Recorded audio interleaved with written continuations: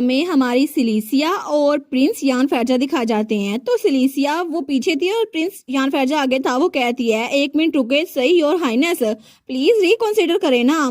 और वो तो मुसलसल आगे बढ़ ही जा रहा था, लेकिन हमारी हीरोइन कहती है अपनी लाइफ को सेक्रीफाइस करना ऐसे ये तो बिल्कुल भी ठीक नहीं है, और अभी तक आप तो अडल्ट भी नहीं बने, तो आखिर आप इस बारे में क्या सोचते हैं। तो प्रिंस यान फैजा कहता है मुझे एक बात पूछने दो रेड विच, मुझे ये बताओ कि सर्वर ने जब से हम पे हमला किया है यहाँ पर फैजा एम्पायर के कितने सिटीजन मारे गए हैं। हर साल कितने हजारों सिटीजन मारे जाते हैं, लेकिन अभी तक जितनी हमारी फौज है ना, जीतने का कोई चांस नहीं है। इसी वजह से हम सिर्फ टाइम खरीद रहे हैं। लेकिन अगर इस सारी सिचुएशन में किसी एक आदमी की जान चली जाए जो कि मैं हूँगा, तो फिर क्या ही फर्क पड़ता है, क्या ये कोई कम कीमत नहीं है।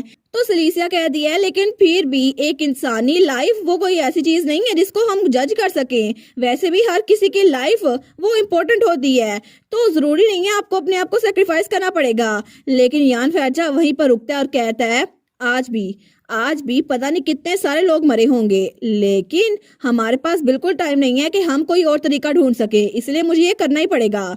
तो हमारी उसको देखती है, वो सोचती है आखिर ये किस तरह का इंसान है। ना ही प्रिंस यान फैजा की मुझे समझ आती है और ना ही फ्यूचर वाले एम्पर की समझ आती है। आखिर ये अपने कंधों पर कितना बोझ लादे हुए है, जिसकी वजह से अपने आप को सेक्रीफाइस करने की बात करता है, वो भी इतने सीरियस एक्सप्रेशन के साथ।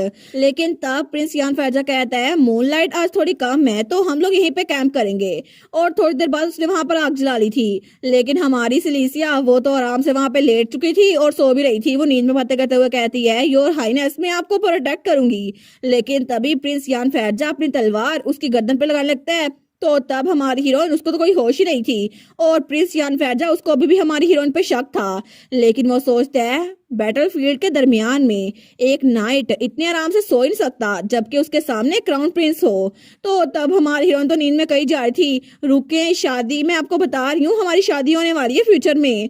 लेकिन वो सोचता है अगर सच में ये कोई जासूस होती तो ये इतनी नाइव ना होती, और तभी वो तलवार वापस रख के वहां आराम से बैठ जाता है। लेकिन हमारी हीरोइन तो कहीं जा रही थी और हाइनेस मुझे भूख लगी हुई है। तो तभी उसकी बातें सुनकर ही हमारे हीरो को हंसी आ रही थी। लेकिन तब वो फिर से सीरियस होते हुए सोचता है नहीं मुझे ऐसा नहीं कुछ सोचना चाहिए, और तब वो अपनी शाल उसको उड़ाते हुए वहां से निकलने लगता है। वो कहता है मैं तुम्हारा मकरूज हूँ रेड विच, और तब उसकी तरफ पलटते हुए कहता है तुम्हें डिसअपॉइंट नहीं होना ठीक है, क्योंकि जब भी मैं तुम्हारे साथ होता हूँ ना तो आखिर में मुझे मजा ही आता है।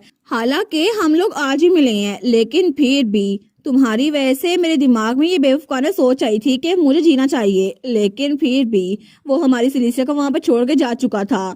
और तब हमें डायरेक्ट अगली सुबह का सीन दिखा जाता है जब वहां पर फ्यूचर वाला एम्पर यान फैजा खड़ा था। वो कहता है ओ तो क्या तुम्हें अच्छी नींद आई। तो हमारी हीरोइन की आंख खुलती है, वो कहती है क्या हिज हाइनेस वो बड़े हो गए, प्रिंस यान फैजा बड़े हो गए। तो एम्पर यान फैजा कहता है प्रिंस यान फैजा बड़े नहीं हुए, मैं वही हूँ। वो कहती है योर मैजेस्टी, अच्छा अब तो आपके बालों का रंग भी ब्राउन है ना। लेकिन वो कहती है माय गुडनेस क्या आप भी पास्ट में आ गए हैं। तो एम्पर कहता है लगता तो ऐसा ही है। तो हमारी हीरोइन तो खुश हो गई थी, वो कहती है कितनी अच्छी बात है, तो हम लोग वापस कैसे जाएंगे।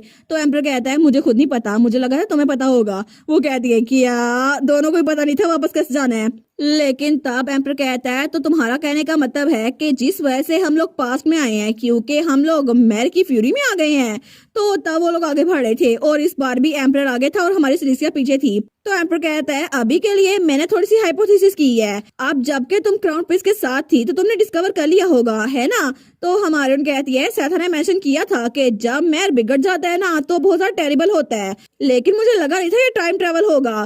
तो तब वो आगे बढ़ रही थी, लेकिन उसको बहुत ज्यादा सांस चढ़ रही थी उस हेलमेट की वजह से और उस आर्मर की वजह से।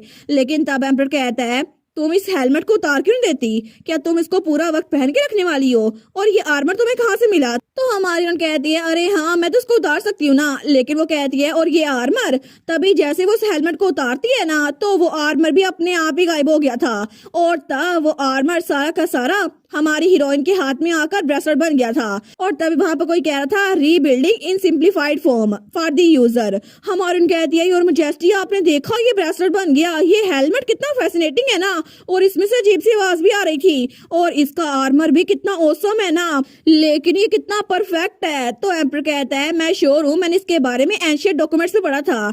एक बहुत ज्यादा पावरफुल आइटम जो कि एंशियंट है, जिसको स्पिरिचुअल आर्टिफैक्ट भी कहते हैं, ये अपने आप ही अपने ओनर के हिसाब से अपने नेचर चेंज कर सकता है, लेकिन मैंने सुना था कि ये सिर्फ ओरा पे वर्क करता है, तो अभी ये काम कैसे कर रहा है? हमारून कहती है योर हाइनेस, क्या कुछ है जो आप नहीं जानते? वो कहता है वेल, मैंने इसके बारे में कुछ जरा पता नहीं किया, लेकिन जब तक हम अपनी ओरिजिनल टाइमलाइन में वापस नहीं जा सकते ना, मैं इसको पता नहीं कर सकता। वो कहती है ठीक है, लेकिन क्या आप इसको किसी और तरीके से इन्वेस्टिगेट नहीं कर सकते? वो कहता है मैं नहीं जानता, मुझे इस बारे में कुछ नहीं पता। लेकिन तभी हमारी हीरो दूसरी तरफ देखती है तो वो कहता है अगर तुम और मैं मैर की फ्यूरी की वजह से वापस आ गए हैं, तो इसका मतलब है फ्यूचर वाले सब लोग को पता चल गया होगा कि हम लोग कहीं और जा चुके हैं, लेकिन उनको एग्जैक्ट नहीं पता कि हम लोग किस टाइमलाइन में गए हैं, और इसी वजह से हम एग्जैक्टली वापस नहीं जा सकते। लेकिन वर्स्ट केस सिनेरियो में टाइमलाइन जहाँ पे हम रहते थे ना, वो बिल्कुल डिसअपियर हो जाएगी।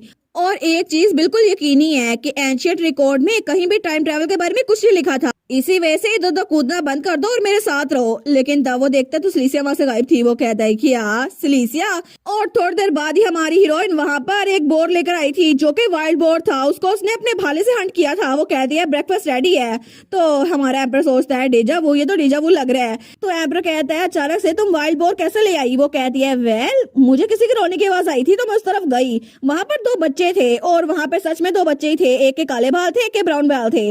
वो कहती है ये बच्चे डरे हुए थे क्योंकि ये वाइल्ड बोर इन पे हमला करने वाला था, लेकिन थोड़ी देर बाद वो उसका गोश्त भून रही थी, तो तब उन बच्चों के सामने बैठी थी। वो कहती है तुम लोग के पेरेंट्स कहाँ पर है? वो बच्चे कहते हैं हमारे पेरेंट्स नहीं है। तो हमारून कहती है तुम लोग के घर के बारे में क्या? वो कहते हैं हमारा घर भी नहीं है।